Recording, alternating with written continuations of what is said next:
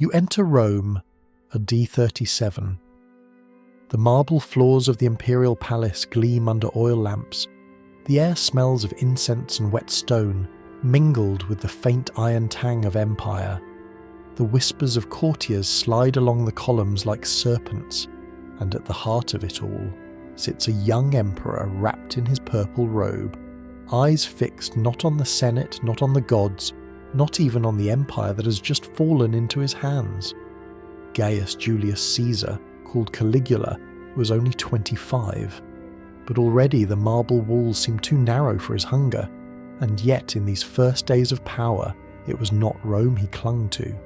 It was her, Julia Drusilla, his sister. Drusilla, her veil brushed back from her dark hair, her stola trailing across the floor like soft smoke. Her presence drew silence from the court. She was not just his sibling, she was his confidant, his shadow, his mirror. The courtiers pretended not to see, but they saw. They saw how Caligula leaned toward her as if the empire itself rested in her lap. They saw how his eyes softened, how his voice, so sharp in command, fell gentle when he spoke her name. And in the palace corridors the rumours began, not whispered lightly, but carried in careful tones as though the very walls might betray them. The emperor loves his sister, loves her not as Rome allows, but as Rome forbids. Caligula himself did nothing to quench the fire. When he rose to address the Senate, Drusilla stood beside him. When he dined, she reclined at his table, close enough that his hand sometimes brushed hers. When he prayed with her name upon his lips, and so marble halls turned to echo chambers of suspicion. Even now, you feel it.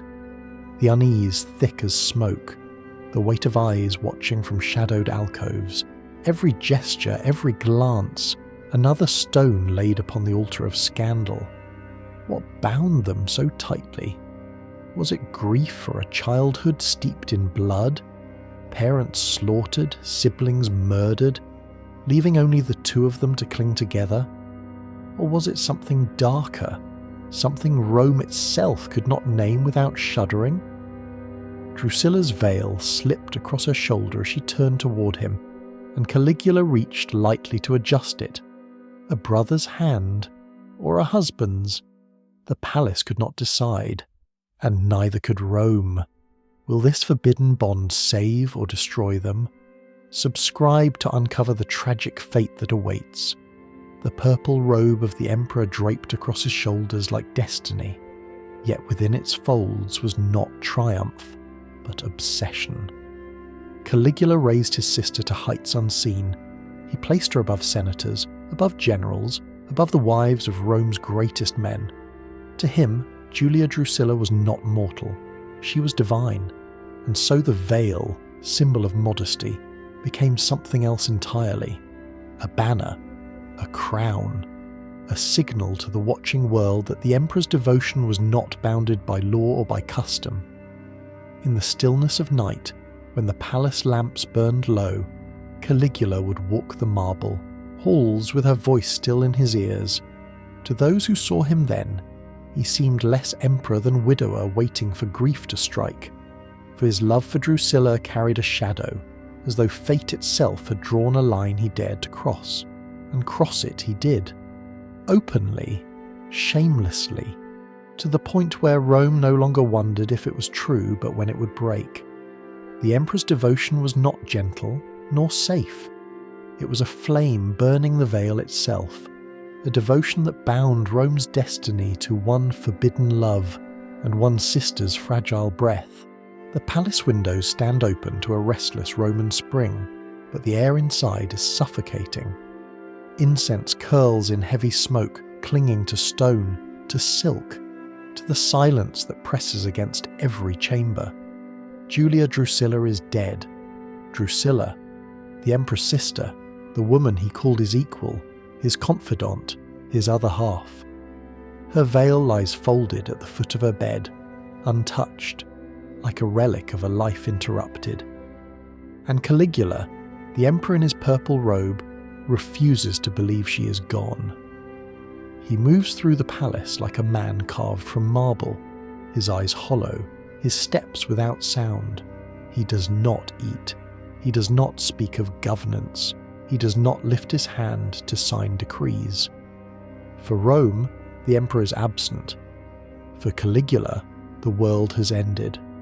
When the news spreads across the city, the people react in confusion. To mourn a sister is one thing, but Caligula's grief erupts as though a wife has died. He orders public mourning across the empire. Festivals are cancelled, marriages postponed, laughter silenced in the forums. Senators dress in black, priests burn offerings, and statues are shrouded in cloth. The empire itself bends beneath the weight of his devotion. And then the decree comes. Julia Drusilla will be deified. She will be worshipped as Panthea, the all-goddess. The Senate murmurs in unease. No woman of such youth, no sister of an emperor, has ever been raised to divine rank. Yet Caligula insists temples must be built, prayers recited, sacrifices offered in her name. In the streets, Romans look to one another with unease. What does it mean when the emperor's sister is made into a goddess? What does it mean when grief becomes worship? The veil becomes an urn. What once draped across her living form now becomes the vessel for her memory. The urn glows in torchlight, carried high by priests, as though Drusilla herself walks again through the marble colonnades. But what the empire sees as blasphemy, Caligula embraces as devotion. He speaks of her in whispers, calling her divine.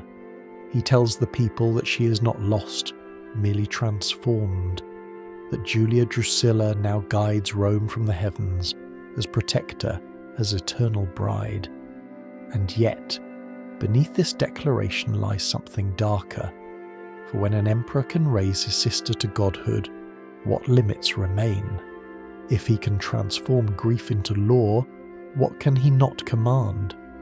Rome obeys, but Rome trembles. The mothers of the city clutch their children closer.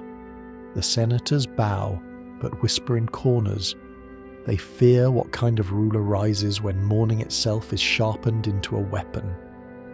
Caligula walks alone in the palace gardens, speaking aloud to the urn, as though her voice still answers. His purple robe drags across the dew-soaked grass. His lips murmur prayers not to Jupiter, not to Mars, but to Drusilla. His grief has become Rome's burden. And so, in the spring of AD 38, the empire watches as devotion tips into madness, watches as mourning becomes ritual, watches as a young emperor dressed in purple begins to turn sorrow into tyranny. The urn rests upon its pedestal, gleaming in lamplight, a reminder, a warning, a silent witness to love rewritten as law.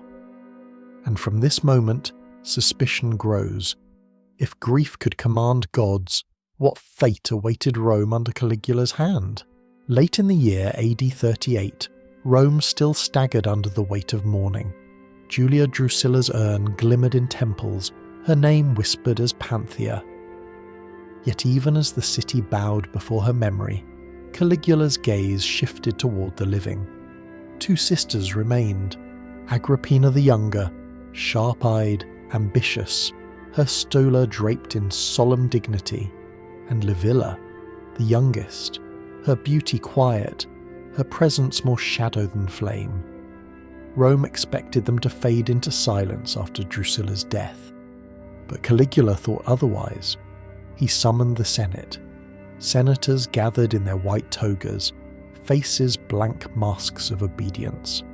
And there, before the marble pillars, Caligula declared his will. His sisters, Agrippina and Livilla, would not merely stand as imperial women. They would be granted privileges known only to Rome's most sacred. They were to hold the rights of Vestal virgins, untouchable, sanctified, placed beyond the ordinary reach of men. Their names would be woven into the loyalty oath sworn by Rome's governors and soldiers. and their likenesses, faces serene, hair braided like goddesses, would be stamped onto the empire's coinage. Rome gasped. Never before had sisters of an emperor shared his image on silver and gold. Every coin now passed from market stalls to military camps carried not just the emperor's face, but the reflection of his sisters. A mirror, the mirror of Rome's power, once singular, now doubled, tripled, fractured into female faces that smiled from bronze and silver. In the streets, some whispered admiration, others muttered unease. If Drusilla had been his goddess, what did it mean that Agrippina and Livilla now bore Rome's trust? Was it honour, or was it exploitation, a way to bind them more tightly to his throne? Caligula himself spoke little, letting the coins, the oaths, the ceremonies speak for him. But the image was enough. Rome saw the sisters beside him, and Rome began to imagine what that closeness meant. Agrippina walked through the forum with her head high, courtiers bowing as she passed. For the first time, her ambition had been given the shimmer of legitimacy. To her, the honour was a mirror she gladly embraced, her reflection sharper, more radiant, more dangerous. Livilla followed quietly, her eyes lowered, yet the coin bore her face as well. She seemed caught between pride and fear, as if each honour was also a chain, fastening her to rumours she dared not name aloud. The people gazed at their images, held in their palms, exchanged in marketplaces, pressed into soldiers' fists, and every coin carried with it the question, what was Caligula's true intent? Was he lifting his sisters for loyalty, or binding them to suspicion? For those who envied, the answer was clear. Envy twisted itself in the hearts of senators passed over, generals ignored, noble families forced into the shadows. The sisters gleamed too brightly, and their reflections burned too long in the public eye. The mirror became a weapon. Every time their likeness appeared beside Caligula's, it reflected back unease, jealousy, hunger for their downfall. And yet, within the palace, Caligula seemed blind to the storm forming. He paraded his sisters in ceremonies, seated them beside him at feasts, praised them as ornaments of Rome's divinity. The crowd cheered, the Senate bowed, but behind the applause was a tightening coil. Because power, once mirrored, cannot be easily contained. By elevating his sisters, Caligula had placed them not just upon pedestals, but upon targets. And in the silence after the ceremonies, when the coins gleamed under lamplight and the oath still echoed in Senate halls, whispers began to stir. Whispers of envy, whispers of betrayal, whispers that would soon find steel in their hands. The palace still glittered with feasts, processions, and coinage stamped with imperial faces. Yet beneath the golden marble, Rome had begun to whisper. The marble halls carried voices like echoes in a crypt. Senators spoke in half-sentences, careful not to be overheard. Servants traded glances in corridors, their silence heavier than words. And from these shadows a rumour crawled into the light, slow at first, then swelling, until it seemed all of Rome held its breath. The emperor, they said, lay with his sisters, not just Julia Drusilla, already deified as goddess, but Agrippina and Livilla, all three. The word spread like a red stain across linen. Caligula, seated on his throne in purple, heard the whispers but did not crush them. Perhaps he enjoyed their sting. Perhaps he wished the Senate to tremble, never certain what was truth and what was blasphemy. He called his sisters to dine beside him, offered them golden goblets, spoke their names with tenderness, and the court, watching, didn't know if this was honour or confession.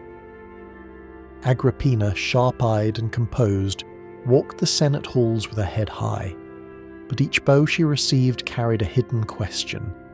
Did she share his bed? Her reflection in polished marble seemed to mock her, radiant yet fractured, as though the crown upon her head were already broken. Livilla, younger, softer, tried to disappear into her stola's folds, but the gossip clung to her like smoke. She was the quiet one, the obedient one, and yet the rumour named her too. Her crown, so newly won, trembled like glass in her hands. The Senate chamber itself became theatre. One senator's eyes lingered too long on Agrippina. Another muttered too low, but the word incest carried still. Their tongues sharpened like blades, clothed in the pretense of loyalty. What could wound more deeply than the suggestion that an emperor's sisters had become his wives? Caligula smiled. He toasted to his sisters' health, to their honour, to their divine favour. The goblets glinted like crowns under lamplight, crowns that shimmered but cracked under the weight of suspicion. Rome reeled. Some dismissed it as slander born from envy, the Senate's revenge for humiliation. Others believed it with fervour, pointing to the coins, the public honours, the intimacy of palace ceremonies. Truth blurred until rumour and reality reflected each other like twin flames in a mirror. The broken crown motif shadowed every hall. Once, the sisters' elevation had seemed glorious, silver faces stamped in every hand. Now those same coins felt like proof of scandal, relics of shame. The very honours meant to exalt them had become evidence of corruption. And so, outrage grew, outrage and disbelief and fear. The mothers of Rome whispered of poisoned morals. The soldiers muttered uneasily as they accepted pay stamped with women's faces. The priests performed sacrifices, but their prayers trembled. Even among the palace walls, servants lowered their heads, as if averting their eyes from a crime no one could name aloud. Agrippina clenched her jaw tighter each day, her ambition corroded by suspicion. Livilla wept in private, the crown slipping from her hair like a weight she could no longer bear. And Caligula, draped in his purple robe, seemed to grow stronger with every rumour, feeding on scandal as if outrage itself were his throne. But whispers do not remain whispers forever. From marble halls they moved into chambers, from chambers into strategies, from strategies into daggers. And in that shifting air, betrayal began to take root. The broken crown lay glittering on the ground, shattered not by war but by words. The marble still remembered whispers, but now it held something sharper. The rumours of incest, of broken crowns, gave way to a new word: conspiracy. And with that word came fear, carried like smoke through the corridors of the imperial palace. At the centre of it stood three names: Agrippina the Younger, sister to the emperor, her ambition veiled but never extinguished; Julia Livilla, the youngest, her silence mistaken for weakness; and Marcus Aemilius Lepidus, Drusilla's widower, Caligula's ally, perhaps even his chosen heir. They gathered in shadows, or so Rome claimed. They passed letters, or so the palace guards whispered. And always the whispers ended the same way: a plot to end Caligula's life. The urn of Drusilla still gleamed in torchlight, but now, beside it, new objects emerged: daggers gleaming, hidden beneath cloaks; the urn of memory, the dagger of betrayal; love and death side by side. Caligula summoned the tribunal. The Senate chamber filled with the rustle of togas, the hush of men who dared not breathe too loud. The emperor sat above them, purple robe heavy across his shoulders, eyes glittering with something colder than grief. Before him, Lepidus stood accused, Agrippina and Livilla beside him. The charges: adultery with the sisters, a plot to overthrow the emperor, a conspiracy sealed not with vows but with blades. Letters were read aloud, words inked in hurried strokes, naming promises, naming loyalties, naming betrayals. Whether forged or true, no one knew. But in that chamber, truth mattered less than the spectacle. The urn burned in every mind. The goddess Drusilla, once lifted above mortals, now seemed to preside silently over the ruin of those still living. Her widower, her sisters, entangled not in honour but in accusation. Caligula's voice cut through the silence. He spoke not as brother, not as widower, not as man. He spoke as emperor. His words dripped with outrage, then with relish, as if betrayal were fuel to a fire already raging. Lepidus lowered his head, his face pale with resignation. He did not argue long. Perhaps he knew the outcome was already sealed. Perhaps he understood that standing against Caligula was like standing against the gods themselves. Agrippina did not bow. Her chin held high, her eyes sharp. She denied nothing, yet confessed nothing. Every word she spoke was shadowed by the echo of her ambition. Livilla trembled, tears catching in her lashes, her voice breaking as she begged for mercy. But mercy did not in that chamber. Only daggers did. The emperor ordered Lepidus executed. The man once bound by marriage to Drusilla, the man who might have shared the throne, was cut down as traitor.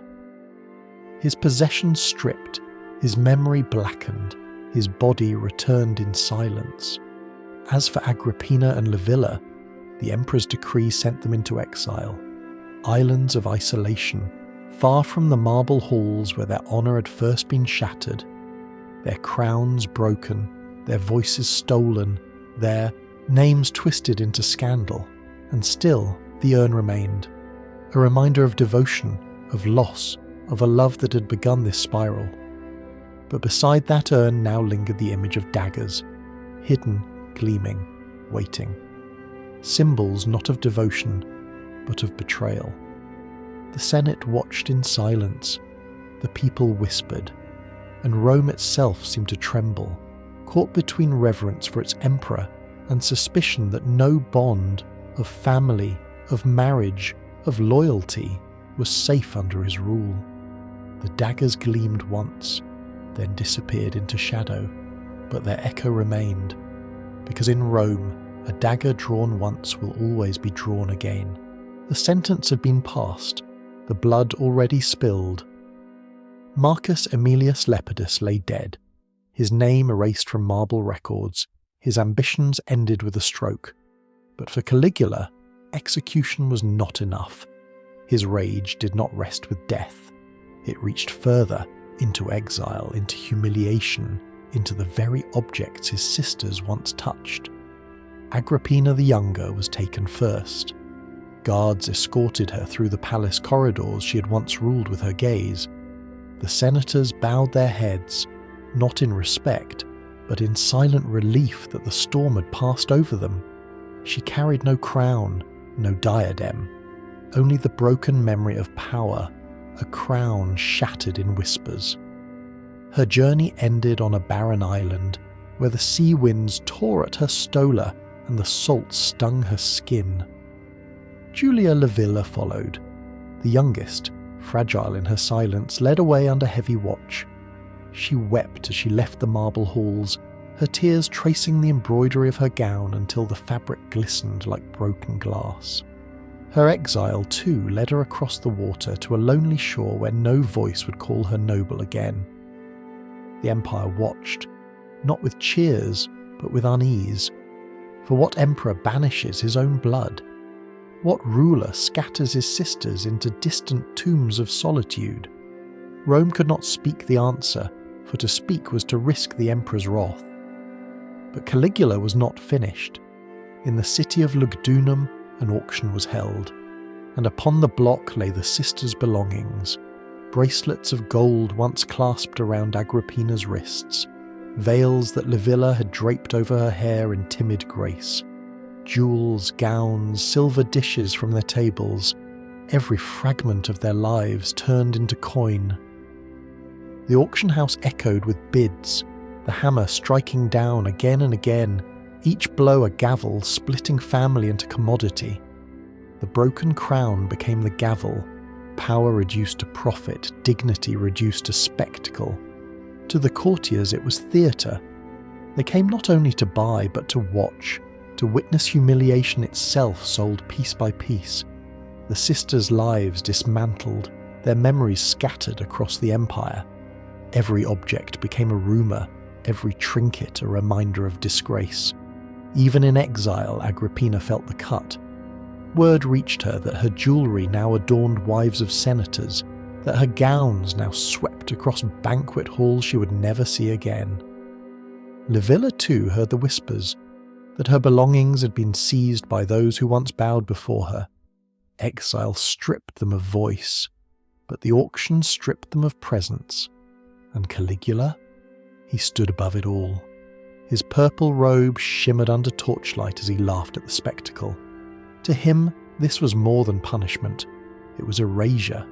Family not just banished, but dismantled, reduced to ash, to coin, to silence. Rome mourned no longer. The grief that had sanctified Drusilla was gone. In its place lingered a deeper horror, that in this empire even blood was currency, even family could be auctioned. The sisters' exile was not only distance, it was death by absence, and every gavel strike carried the echo of a broken crown. The world of Caligula unravelled not in thunder, but in silence, until the silence itself grew unbearable. Winter pressed against Rome like a heavy shroud, the marble of the Palatine Hill slick with rain and shadow. Within those halls the emperor walked, Gaius Julius Caesar called Caligula, draped still in his purple robe, though the fabric no longer gleamed.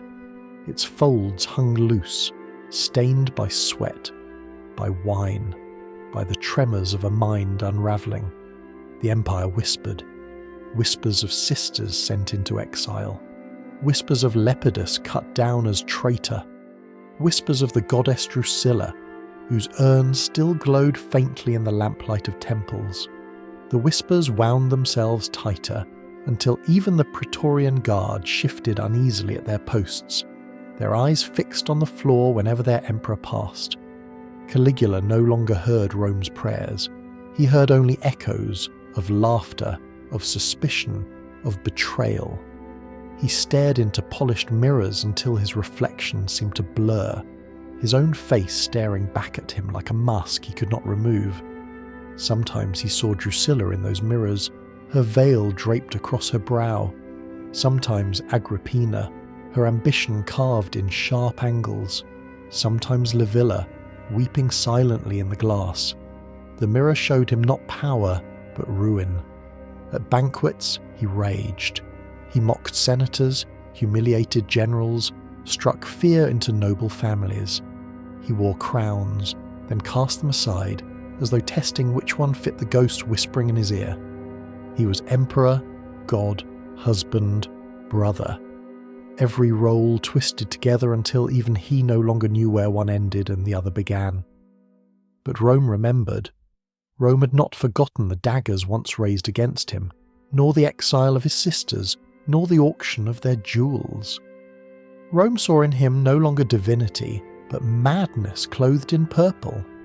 The Praetorian Guard began to listen. Senators began to scheme, and in the cold silence of January, the plan was struck. On the 24th day, Caligula left the theatre, laughter still clinging to the corner of his mouth. He had mocked the Senate once again, jeered at their obedience, flaunted his power with reckless delight. The purple robe trailed behind him across the marble floor, heavy with rain, with memory, with the weight of everything he had broken. The corridors narrowed, torches flickered, shadows moved, and then, from those shadows, steel. The Praetorian Guard, his own protectors, struck. Daggers plunged into flesh that had once commanded an empire. The robe darkened, its purple swallowed by red. Caligula fell, the marble echoing with the sound of his body collapsing. Some said he cried out for Drusilla in that moment, her name the last to pass his lips. Others swore he said nothing at all, only stared into the void as though searching for his reflection. Whatever the truth, the emperor who had crowned his sisters, who had deified his love, who had auctioned away blood itself, lay still upon the stone, the purple robe stained, the mirror shattered. Rome erupted not in mourning, but in a silence thicker than grief. Senators exhaled relief, soldiers wiped their blades, courtiers fled the palace like rats from a sinking ship. No funeral hymns, no divine honours, only the swift erasure of a man who had ruled through scandal and shadow. Yet his ghost lingered, in every coin still bearing his sisters' faces, in every urn still burning in Drusilla's name, in every mirror where Rome's women saw not goddesses, but victims of devotion twisted into chains. Caligula's downfall was not just an emperor's death, it was a reflection of ruin, of love turned to obsession, of crowns broken, of blood turned to commodity. And Rome would carry that reflection forward, forever haunted by the forbidden love that shattered its throne.